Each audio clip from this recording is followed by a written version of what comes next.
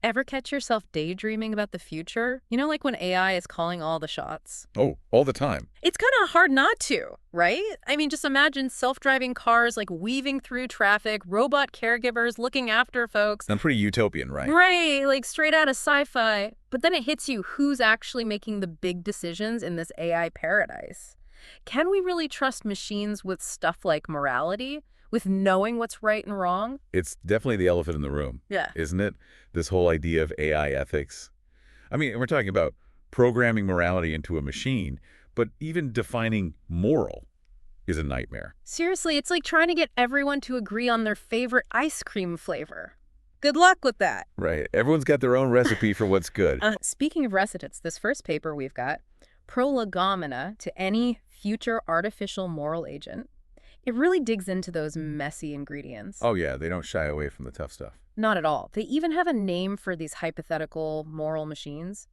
AMAs, short for artificial moral agents, and they lay out the challenges like really vividly. One of the biggest ones, figuring out which ethical framework to even use. Like, do we go full-on utilitarian, trying to maximize happiness with algorithms and whatnot? So like picture an AI doctor, right? But it's programmed to be this perfect utilitarian machine, always choosing whatever saves the most lives, even if it means, Making some really, really tough calls. Exactly. Sounds good on paper, but But in reality, it'd be nearly impossible to program.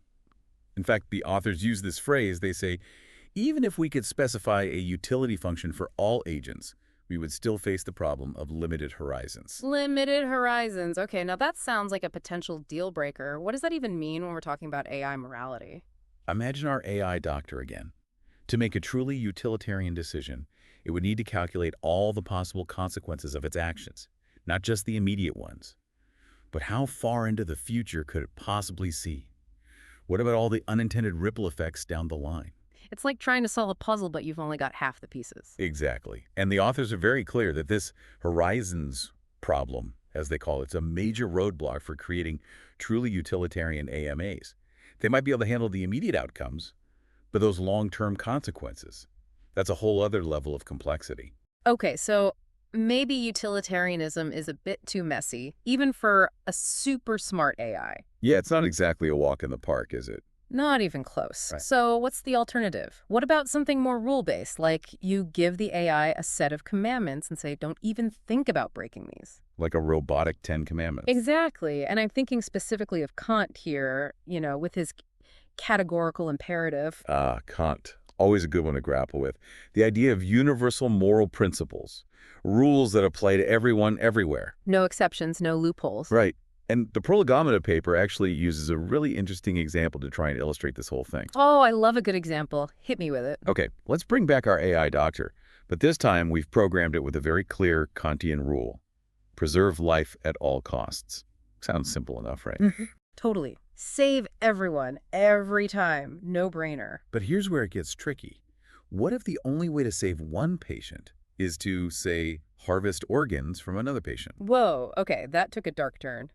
But I see what you mean. Suddenly that rule isn't so simple anymore. Not at all. Oh. And that's why the authors argue that just programming a set of rules, even seemingly universal ones, it's not enough. Because the real world is never that black and white, is it? Exactly. There are always shades of gray, exceptions to the rule. And that's where human judgment comes in, that ability to understand the spirit of the law, not just the letter of the law. It's like you can know all the grammar rules in the world, but that doesn't make you Shakespeare, right? Exactly. There's a certain art to it, a certain je ne sais quoi that's hard to pin down, let alone program. So if rules aren't enough, what are we left with? What's the alternative? Well, that's where things get really interesting. Because the paper goes on to explore this idea of going beyond explicit rules and instead focusing on moral character in AI. Oh, now we're talking. Forget the rule book. Let's raise a virtuous AI. Precisely. Instead of programming a rigid set of rules, what if we could somehow instill virtues like honesty, compassion, integrity? So instead of cold, hard calculations, our AI doctor is making decisions from the heart. It's kind of a beautiful thought. It is a nice thought, isn't it? But the question is, how do you even begin to program something as, well, human as virtue? Yeah, that's the million-dollar question, isn't it? It really is. And that's where this Prolegomena paper gets seriously mind-blowing. They propose that Instead of trying to hard code virtue, we should focus on creating AI systems that are actually capable of moral development. Hold on, so we're talking AI that learns and grows morally. Like, it goes on a journey of self-discovery, figures out its values. You got it. It's like instead of giving a kid a rule book and saying, here's how to be a good person, you expose them to different situations, encourage them to think about their choices. You let them make mistakes, learn from them. Exactly. You guide them as they develop their own sense of right and wrong. And the authors suggest we could take a similar approach with AI. Wow, that's a whole other level of complexity. But it also makes me think about that third paper we've got, the one about consciousness. Because if we're talking about AI that can actually develop morally, doesn't that mean it needs some level of consciousness too?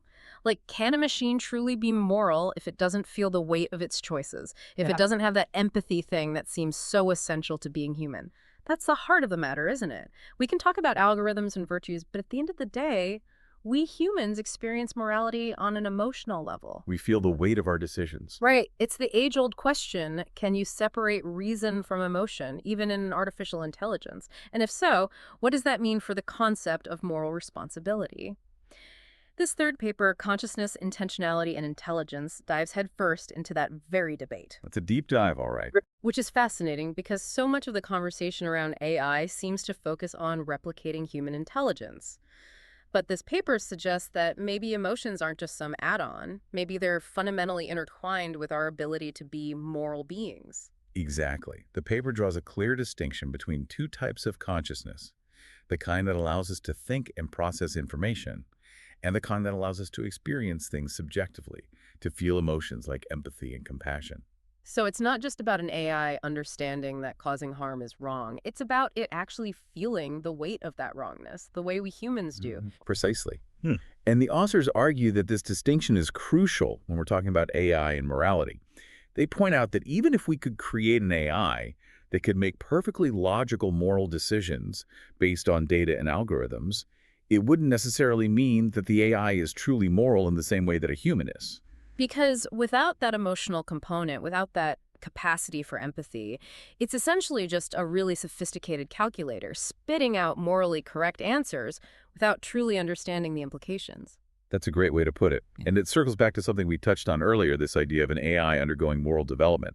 The paper actually suggests that for an AI to truly develop a moral compass, it might need to experience the world in a way that's more akin to how humans do, with all the messy emotions and complexities that come with it. Which is mind-blowing when you really think about it. We're talking about potentially creating a whole new form of consciousness, one that could experience the world and grapple with the moral dilemmas in ways we can barely even imagine. It's both exciting and a little bit terrifying, isn't it? But I think that's what makes this whole field of study so compelling. As we delve deeper into the question of building moral machines, we're forced to confront profound questions about our own morality, our own consciousness. We're essentially holding up a mirror to ourselves and asking, what does it truly mean to be human? And that brings us back to the very first paper, the Introduction to the Philosophical Foundations of Artificial Intelligence. It's like this whole deep dive has been a giant circle, leading us right back to where we started, the inextricable link between AI and philosophy. Absolutely, and I think that's the biggest takeaway from all of this. The question of whether or not we can build truly moral machines isn't just a technological challenge, it's a philosophical one. It forces us to examine our own values, our own understanding of consciousness and morality. So where do we go from here? What's the next chapter in this unfolding story of AI and ethics? That's the million-dollar question, isn't it?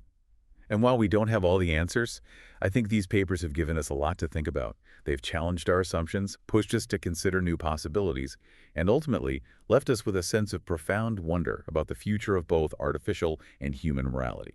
And on that note, we'll leave you to ponder. This deep dive may be over, but the conversation is just beginning. Thanks for joining us on this exploration into the fascinating world of AI and morality. Until next time.